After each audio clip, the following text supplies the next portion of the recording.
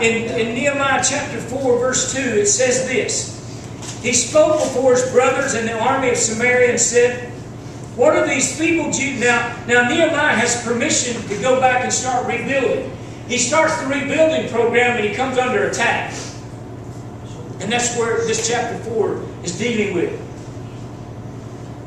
How many of you realize if you've ever tried to really set your heart on really building a real life with God, the enemy attacks. Yeah. The enemy attacks. But in verse 2 it says this.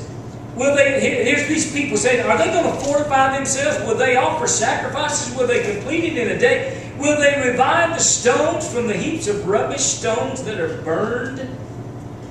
Now, my point is this, and what the Lord has showed me in this, is that Nehemiah's rebuilding program started with this.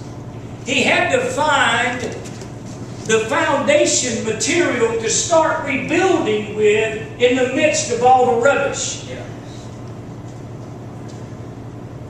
He did that at night and rode around, and he already had a good idea. He saw some stones that had been burned, but they were still complete. They were still solid. They were still something that he could lay a cornerstone and start a foundation with. Now God is saying to us and saying to me that you need to dig through all the rubble that's going on in your life and realize what the true foundation is that you need to get a hold of to start building your life on. And start rebuilding your lives on.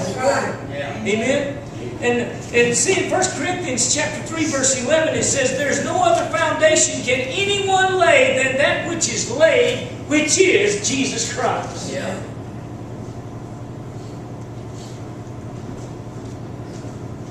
Jesus is the only true foundation that's going to keep us. That's going to help build our lives again.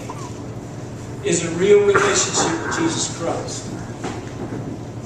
It's setting our heart and our affections and our souls on a relationship with Jesus Christ. Amen. But Jesus said one time in Matthew chapter 5 in the Beatitudes, he talked about in chapter 7, but he talked about a wise man and a foolish man. He said a wise man builds his house on the rock. He said the rains came, the storm came, the winds blew, but the house stood. But a foolish man is like one that hears this word but doesn't do anything about what he hears. He's not listening. That's right.